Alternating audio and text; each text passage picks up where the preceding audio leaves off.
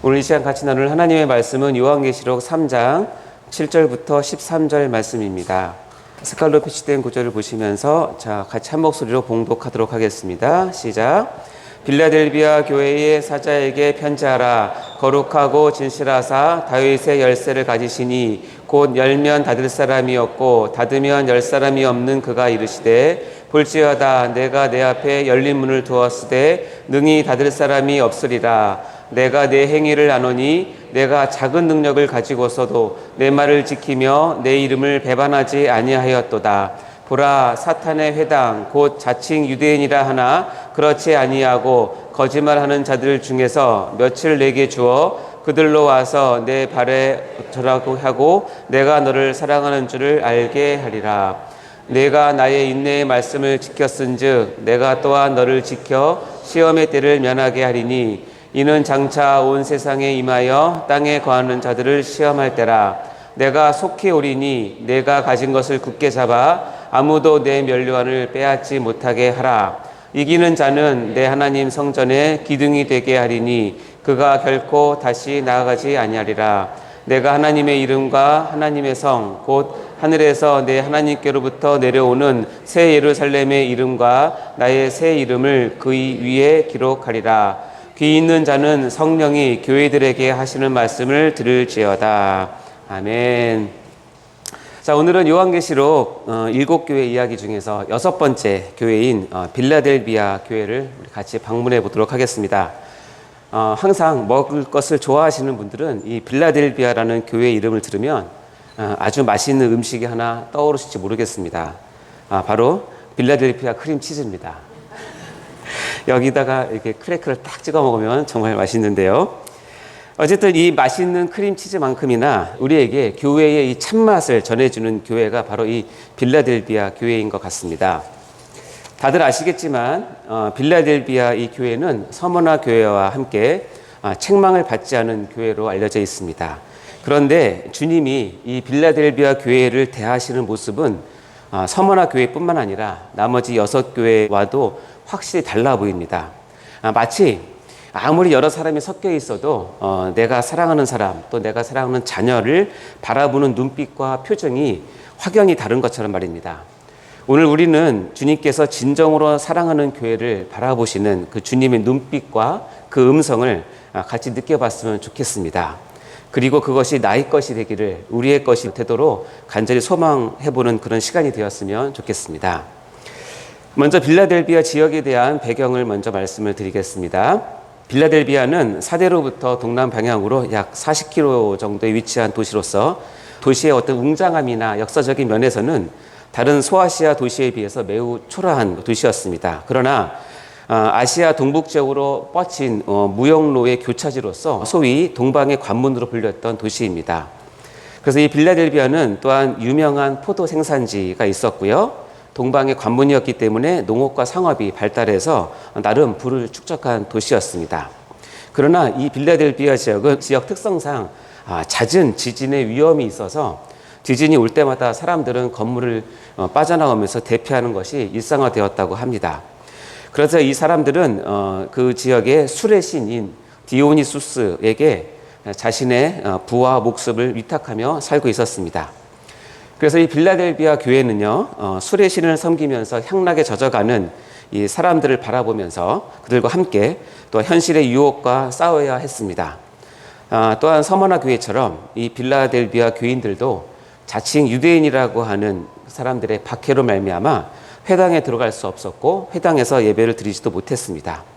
거기에다가 로마 도미티안 황제의 지독한 박해가 엎친 데 덮친 격으로 공존하고 있는 그런 아주 사면초가와 같은 상황이 바로 지금 빌라델비아 교회가 처한 상황이었습니다. 이처럼 우리가 요한계시록을 보면 로마 황제의 박해 그리고 팽배한 이교 사상 즉 우상 숭배 그리고 마지막 세 번째 유대주의자들의 위협 이것이 그 당시 교회가 직면해 있던 그런 상황이었는데요. 이런 교회들에게 위로하고 용기를 주기 위해서 기록된 것이 요한계시록이라고 말씀을 드렸습니다. 그들이 이런 고난을 이겨내고 승리한 후에 앞으로 펼쳐질 영광스러운 모습을 이 요한계시록에는 꼼꼼히 기록을 하고 있는데요. 특별히 오늘 이 빌라델비아 교회에 약속해 주시는 교회의 영광스러운 모습은 그전과 비교해서 역대급이고 타의 추종을 불허하는 그런 최상급의 상급을 보여주십니다. 이게 뭘까 궁금하시죠? 그래서 오늘 설교는 요한계시록 7교회 이야기 9번째 시간으로 설교의 제목은 나의 사랑 나의 교회 빌라델비아 교회입니다. 우리 같이 한 목소리 읽어볼까요? 시작! 나의 사랑 나의 교회 빌라델비아 교회. 자, 이런 빌라델비아 교회에 예수님은 자신을 어떻게 계시하고 있는지, 자기를 어떻게 소개를 하고 있는지를 한번 보도록 하겠습니다. 요한계시록 3장 7절 말씀인데요. 읽어보겠습니다. 시작! 빌라델비아 교회의 사자에게 편지하라. 거룩하고 진실하사 다윗의 열쇠를 가지시니 곧 열면 닫을 사람이 없고 닫으면 열 사람이 없는 그가 이르시되.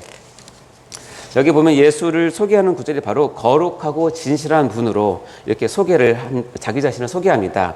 그런데 여기에 나온 수식어인 거룩하고 진실하신 이란 수식어는 성경에서는 바로 하나님께만 붙여진 수식어라는 것입니다. 요한계시록 6장 10절에 보면 이렇게 되어 있는데요. 읽어보겠습니다. 큰 소리로 불러 이르시되 거룩하고 참되신 대주제여. 여기 보면 거룩하고 참되신, 아까는 거룩하고 진실하신인데 여기서 참되신과 진실하신은 원어상 같은 단어입니다. 번역을 좀 달리한 것 뿐인데요. 이와 같이 하나님과 예수 그리스도를 양자를 표현할 때 거룩하시고 진실하신 또는 거룩하시고 참되신이라는 수식어가 공통적으로 사용된 것이죠. 이것은 무엇을 뜻하는 것이냐면 이것은 바로 예수 그리스도께서는 하나님과 동등된 분으로서 거룩한 존재임을 스스로 계시하고 계신 것입니다. 그리고 이 사실을 빌라델비아 교회인들에게 장엄하게 선언을 하시는 것입니다. 마치 이것입니다. 빌라델비아 교인들이여, 나 예수는 바로 하나님이란다. 그러니 힘내라, 인내하거라 라고 말씀하고 계시는 것과 같습니다. 그리고 두 번째, 예수님은 자신을 다윗의 열쇠를 가지신 분이라고 아까 읽었지만 소개를 하고 계십니다. 다윗의 열쇠, 이것이 바로 다건인데요. 제 병원 이름이 다건입니다. 그래서 이 다윗의 열쇠가 갖고 있는 뜻은 너무너무나 귀하고 축복된 이름인데요. 이 다윗의 열쇠는 여기만 나온 것이 아니라 이미 이사야서에 이 다윗의 열쇠를 이미 설명을 하고 있습니다. 전에도 말씀드렸듯이 요한계시록의 모든 상징은 이미 구약의 예언서, 선지서에 대부분 나온 것들이기 때문에 그것을 잘 찾으면 엉뚱한 해석을 하지 않을 수가 있습니다.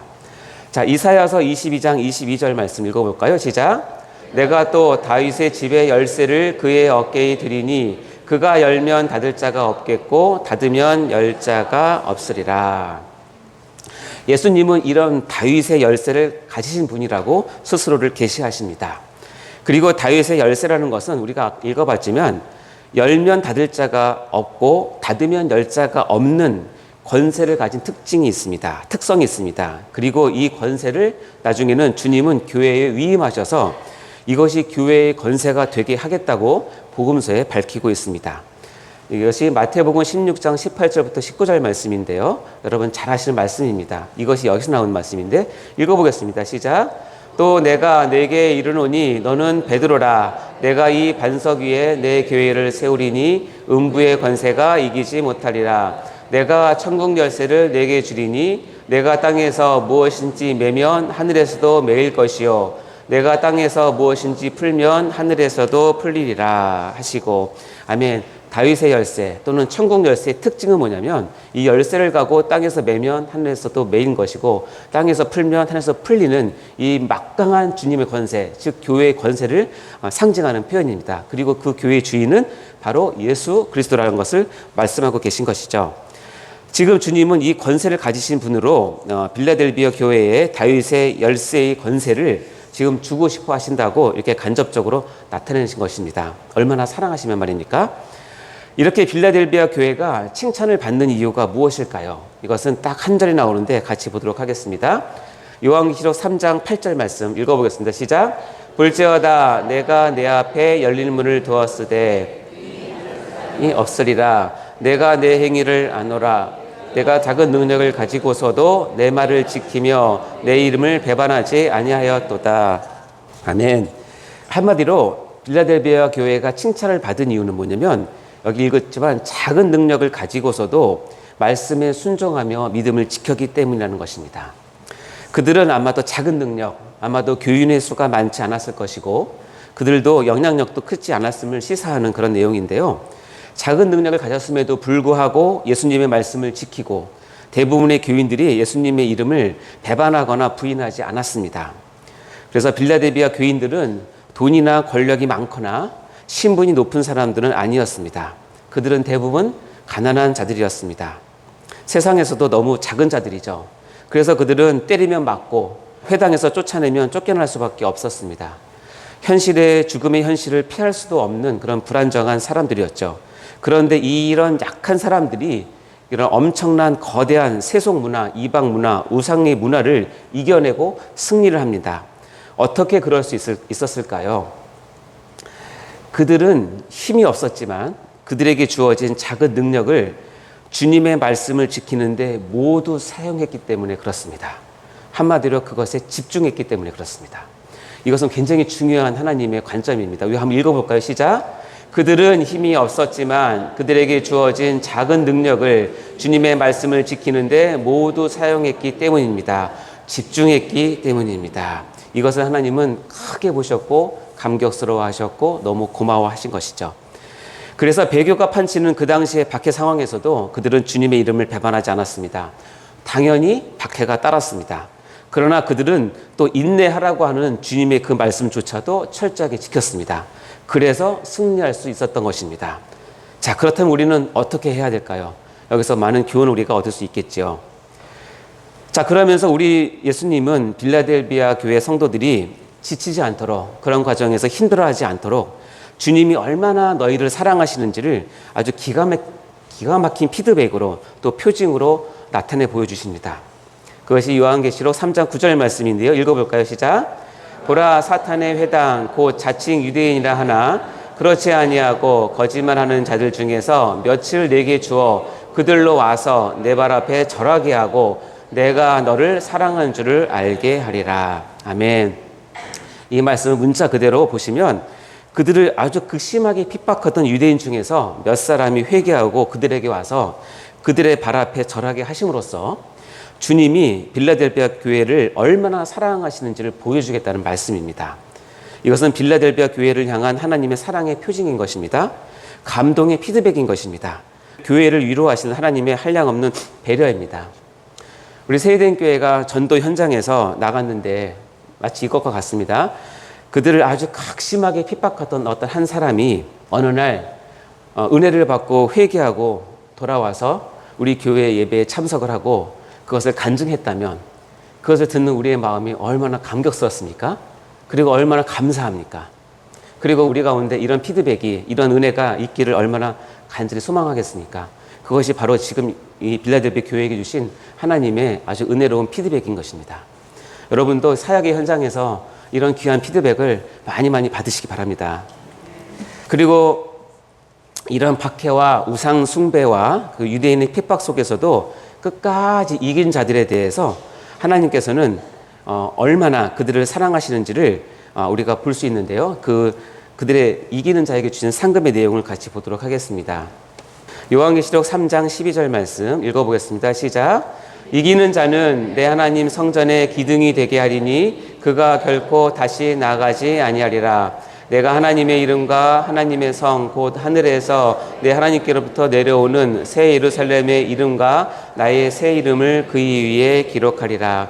여기 보면 기둥이 되게 하겠고 그가 결코 다시 나가지 아니하리라. 이 말은 아까 제가 배경에서 말씀드렸듯이 빌라델비아 지역은 워낙 지진이 많아서 지진이 나면 그들은 그 건물에서 다 뛰쳐나오게 됩니다.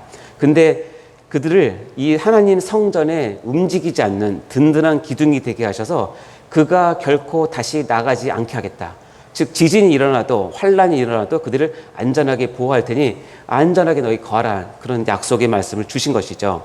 여기서 기둥이라고 하는 것은 어떻게 보면 빌라델비아 교회의 아주 초라한 현실 상황과 아주가 대조가 되는 그런 내용입니다. 그들은 작은 능력을 가진 교회였지만 이 땅에서의 아주 신실한 행위로 말미암아 장차 하나님의 성전에 아주 든든한 기둥이 되게 하겠다는 그런 약속의 말씀을 받은 것입니다. 그리고 그것은 지진이 나도 흔들리지 않으니까 거기서 다시 나가는 일이 없을 것이라고 하는 보호의 은혜의 말씀이신 것이죠. 그리고 그 기둥 위에다가 세 가지 이름을 기록한다고 하십니다. 첫 번째는 아까 봤지만 하나님의 이름, 두 번째는 새 예루살렘의 이름, 다음에 예수님의 새 이름을 기록을 해주시겠다는 것입니다.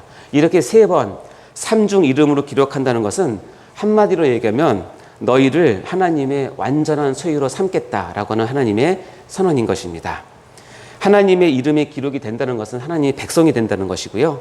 새 예루살렘의 이름이 기록된다는 것은 새 예루살렘, 즉 천국의 시민권을 보장하겠다는 그런 말씀입니다. 하나님을 따르는 자들은 하나님의 이름을 받을 것입니다. 이것은 마치 속량함을 받은 14만 4천의 이마에는 어린 양의 이름과 그 아버지의 이름이 쓰여 있는 것처럼 말입니다. 요한계시록 14장 1절에는 이 부분을 이렇게 설명을 합니다. 읽어보겠습니다. 시작. 또 내가 보니 보라 어린 양이 시온산에 섰고 그와 함께 14만 4천이 서 있는데 그들의 이마에는 어린 양의 이름과 그 아버지의 이름이 쓴 것이 있더라. 이름을 쓴다 또는 인친다라고 하는 것은 유대 사회에서는 그것이 누구에게 속했다라고 하는 표현인 것입니다. 이것을 문자 그대로 우리 이마에 이름을 쓰고 다닌다는 뜻이 아니라 이마에 인친다는 것은 너는 내 것이다 라고 확인을 해준다는 뜻이겠죠.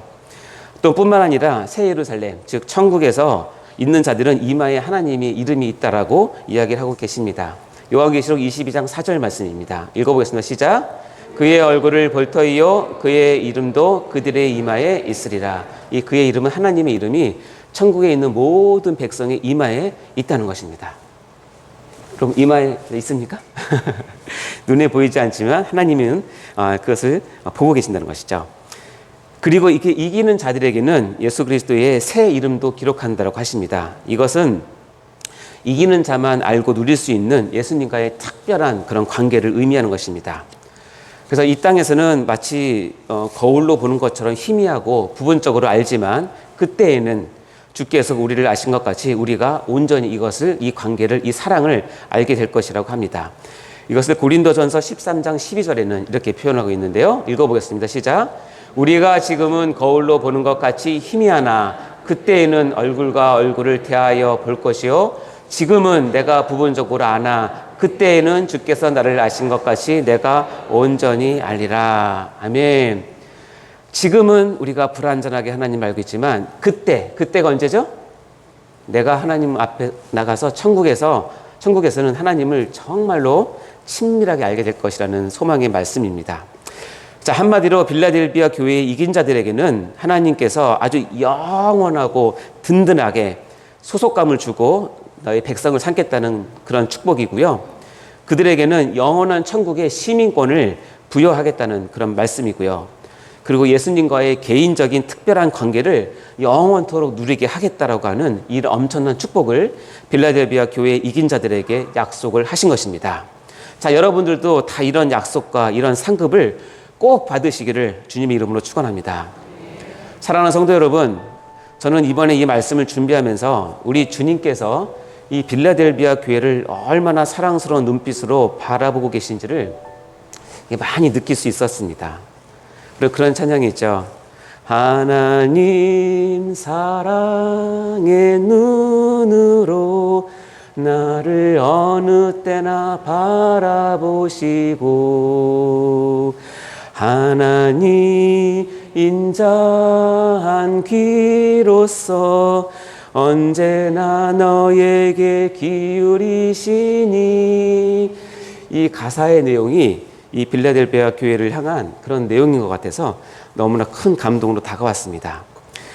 비록 다른 교회들보다 훨씬 작은 능력을 가졌지만 그러나 그들은 절대 기죽지 않고 침륜에 빠져서 뒤로 물러가지도 않고 없다고 핑계 삼지도 않고 오직 주어진 말씀을 지켜가면서 예수님께 대한 믿음을 끝까지 붙잡고 있는 그 모습이 우리 주님 보시기에는 그게 그렇게도 좋아 보였나 봅니다. 여러분, 주님께서 이 모습을 여러분께서 보고 싶어 하십니다. 우리가 부족하고 우리가 작은 능력을 가졌지만 우리 담임 목사님께서 지으신 가사처럼 나는 주님 없이는 살 수 없습니다. 나를 불쌍히 여겨주세요 라고 했던 그 가사의 내용처럼 우리가 기도하며 우리 자신을 부족한 자로 하나님께 드려졌을 때 하나님께서는 우리 세대교회 모든 성도들을 약간 무익한 종으로 또 하나님을 신실하게 믿는 이긴 자로서 우리를 보시고 우리에게 정말 놀라운 축복을 그렇게 주시기를 간절히 바라고 소원합니다. 여러분 모두가 이런 빌라델비아 교회의 그 교훈을 받아서 주님의 사랑을 온전히 받으시기를, 영원히 받으시기를 주님의 이름으로 간절히 축원합니다. 같이 기도하시겠습니다. 하나님 아버지 감사합니다. 우리는 작은 능력을 가진 소자 무익한 종입니다. 우리를 불쌍히 여겨주셔서 믿음의 경주에서 낙오하지 않게 하시고 영적인 전쟁에서 뒤로 물러섬 없이 죽을 때까지 믿음을 지켜내는 자로 삼아 주시옵소서. 그래서 우리의 이 소망이 빌라델비아 교회이고 나의 사랑, 나의 교회가 바로 빌라델비아 교회임을 고백하게 하옵소서. 그리고 우리 세회된 교회가 이 시대에 하나님의 사랑을 듬뿍 받는 빌라델비아 교회로 주님의 사랑을 온전히 받아내는 그런 교회로 서게 하여 주시옵소서. 모든 영광을 주께 올려드립니다. 감사드리며 예수님 이름으로 기도하옵나이다.